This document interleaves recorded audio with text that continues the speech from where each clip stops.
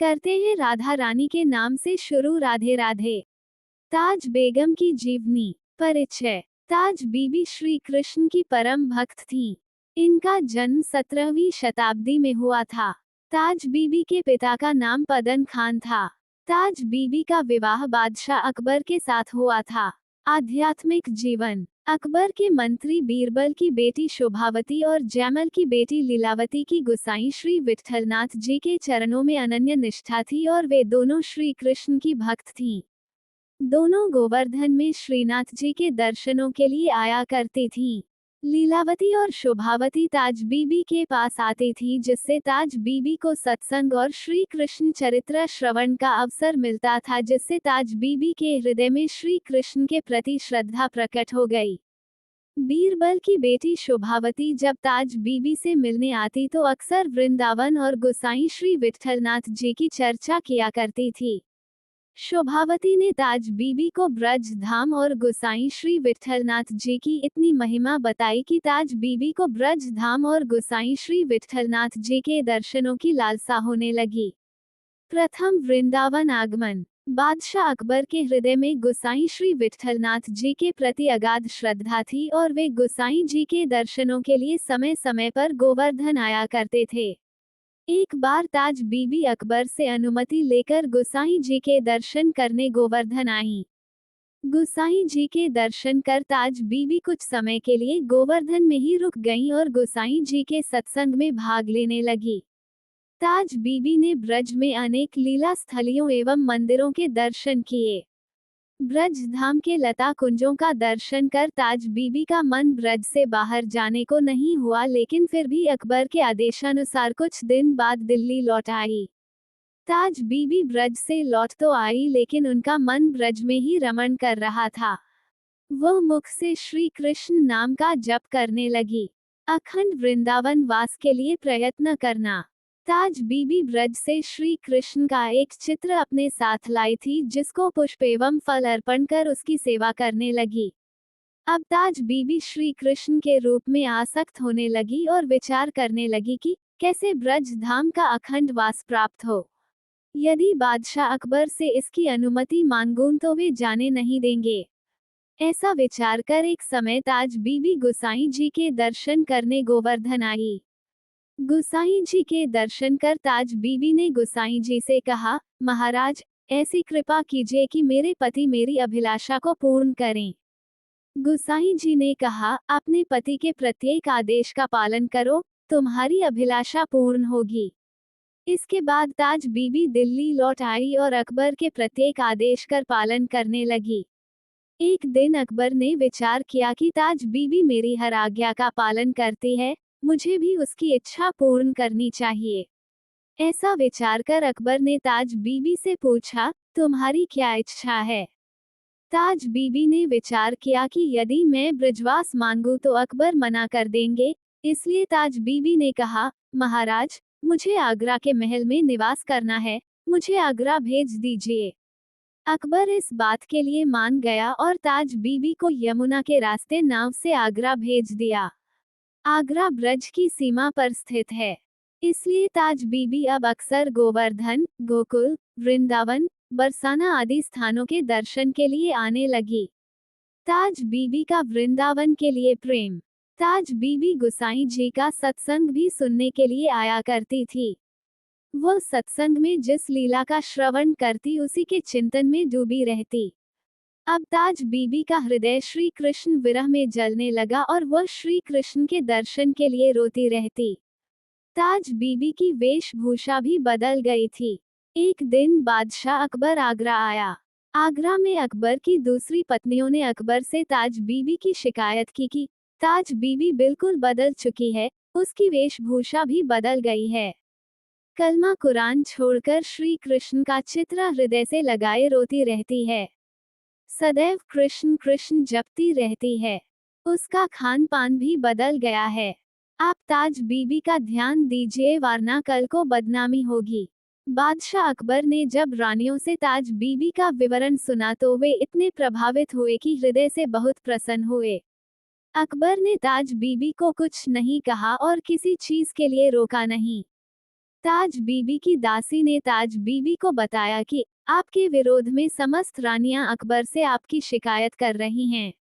ताज बीबी ने किसी को कुछ नहीं कहा और अपने इष्ट श्री कृष्ण से प्रार्थना करने लगी। सुनो दिल जानी मेरे दिल की कहानी, तुम हुस्न की बिकानी बदनामी भी सहूंगी। मैं देव पूजा ठानी हूँ निवाज हूँ भुलानी तजे। कलमा कुरान सारे गुनन गहूंगी मैं। श्यामला सलोना सिरताज सिर को ले दिए। तेरे नेह दाग में निदाग हवे दहूंगी मैं। नंद के कुमार कुर्बान तानी सूरत पे। हाँ तो मुगलानी हिंदुआनी हवे रहूंगी मैं। अखंड वृंदावन वास और श्री गोविंद देव जी के साक्षात दर्शन। ताज बीबी अब हर समय श्री कृष्ण से ब्रजवास के लिए प्रार्थना करने लगी। महल में न कोई सत्संग था, न कीर्तन, इसलिए ताज बीबी दुखी रहने लगी। उसे ब्रज के मंदिर और संतों की याद आने लगी। ताज बीबी का खाना भी कम हो गया जिससे उसका शरीर कमजोर होने लगा। एक दासी ने ताज बीबी की इस अवस्था के बारे में अकबर को बताया। अकबर ताज बीबी के पास आया और उससे पूछने लगा, तुम बहुत दिनों से दुखी रहती हो और रोती रहती हो, तुम्हें किस बात का दुख है? ताज बीबी ने कहा, मुझे वृंदावन वास करना है, जहाँ नित्य सत्संग प्राप्त होगा और संतों के दर्शन होंगे। अकबर ने कहा, तुम्हारे हृदय में श्री कृष्ण भक्ति है, जो बड़े भाग्य से किसी किसी को ही प्राप्त होती है। तुम चिंता मत करो, मैं वृंदावन में तुम्हारे रहने की व्यवस्था करा दूंगा, तुम जाओ और वृंदावन वास करो। ताज बीबी वृंदावन आ गई और एक कुटिया में रहने लगी। उस समय वृंदावन में श्री गोविंद देव जी का मंदिर प्रसिद्ध था। ताज बीबी को श्री गोविंद देव जी के दर्शन करने की इच्छा थी, लेकिन अपने को मलेच्छ मानकर वह मंदिर के भीतर नहीं जाती थी। यद्यपि ताज बीबी को मंदिर में आने पर रोक नहीं थी। ताज बीबी नित्य श्री गोविंद देव मंदिर के द्वार पर चौखट पर प्रणाम कर लौट जाती थी। लेकिन ताज बीबी के हृदय में श्री गोविंद देव जी के दर्शन की इच्छा थी। वो यही विचार करती कि मैं इस मलेच्छ शरीर से मंदिर के भीतर प्रवेश नहीं कर सकती, श्री गोविंद देव जी के दर्शन नहीं कर सकती। लेकिन ठाकुर जी तो अंतर्यामी हैं, मेरे हृदय की बात जानते हैं। जब वे किसी पुजारी के हृदय में प्रेरणा द्वारा मुझे मंदिर के भीतर बुलाएंगे तो मैं उनके दर्शन का सुख प्राप्त कर पाऊंगी। ऐसा विचार कर वो प्रतिदिन मंदिर के द्वार पर आती, चौखट पर प्रणाम करती और अपने कुटिया में लौट आती। ऐसा करते बहुत दिन बीत गए, लेकिन किसी भी पुजारी ने उसे मंदिर के भीतर नहीं बुलाया। एक दिन ताज बीबी गोविंद देव मंदिर आई और चौखट पर प्रणाम कर कुछ प्रणय कोप से श्री गोविंद देव जी से कहने लगी, आप तो दया के सागर हैं, फिर मुझसे ऐसी निष्ठुरता क्यों? क्या मैं आपके दर्शन भी नहीं कर सकती? तो मैं अब आपके मंदिर कभी नहीं आऊंगी और जब तक आप स्वयं आकर दर्शन नहीं देंगे तब तक अन्न जल भी ग्रहण नहीं करूंगी। ठाकुर जी से ऐसा कहकर ताज बीबी अपने कुटिया पर लौट आई। 3 दिन बीत गए, ताज बीबी को अन्न जल ग्रहण किए। शरीर कमजोर हो गया, लेकिन वह श्री कृष्ण का स्मरण कर रोती रही। मध्य रात्रि में ताज बीबी को असह्य पीड़ा होने लगी। उसी समय उसने एक गंभीर वाणी सुनी, ताज, देखो मैं तुम्हारे लिए भोजन और जल लाया हूँ। ताज बीबी ने देखा तो नीला प्रकाश फैल रहा है और उसमें नीलमणि श्री गोविंद देव जी भोजन और जल लिए खड़े हैं। श्री गोविंद देव जी के दर्शन करते ही ताज बीबी को मूर्छा आ गई। श्री गोविंद देव जी भोजन और जल को वहीं रखकर अंतर ध्यान हो गए। जब ताज बीबी की मूर्छा गई तो वह सोचने लगी कि यह कोई स्वप्न था या सत्य। पूरे कुटिया में एक दिव्य सुगंध व्याप्त थी। जब ताज बीबी ने भूमि पर देखा तो वही भोजन की थाल और जल की झारी रखी थी जो ठाकुर जी के हाथों में थी। ताज बीबी समझ गई कि ठाकुर जी सत्य में आए थे।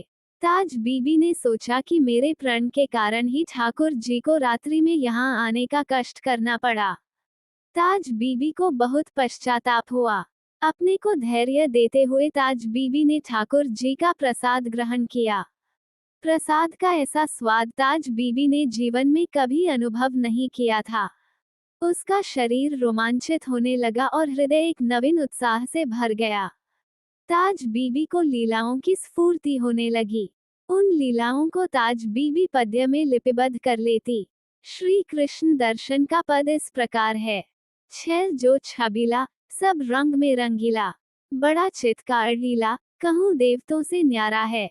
माल गले सो है, नाक मोती सेठ जो है कान, कुंडल मन मोहे, लाल मुकुट सिर धारा है। दुष्ट जन मारे, सब संत जो उबारे ताज, चित में निहारे प्रण, प्रीति करन वारा है। नंद जू का प्यारा, जिन कांस को पछारा, वह वृंदावन वारा, कृष्ण साहेब हमारा है। अगले दिन सुबह श्री गोविंद देव जी के मंदिर में पुजारीगण ठाकुर जी के भोग की थाल और जल की झारी खोजने लगे, लेकिन वह किसी को भी नहीं मिली। मंदिर के पुजारीगण आश्चर्यचकित थे कि मंदिर तो बंद था, तो भोग की थाल और जल की झारी कैसे गायब हो सकती है। यहाँ कुटिया में ताज बीबी ने भोग की थाल और जल की झारी को मांझकर दासी के हाथों से मंदिर भिजवा दिया। दासी भोग की थाल और जल की झारी लेकर मंदिर पहुंची तो मंदिर के पुजारी स्तब्ध हो गए। उन्होंने दासी से पूछा कि तुमको भोग की थाल और जल की झारी कैसे मिली। दासी ने कहा, महारानी ताज बीबी ने ये भिजवाया है।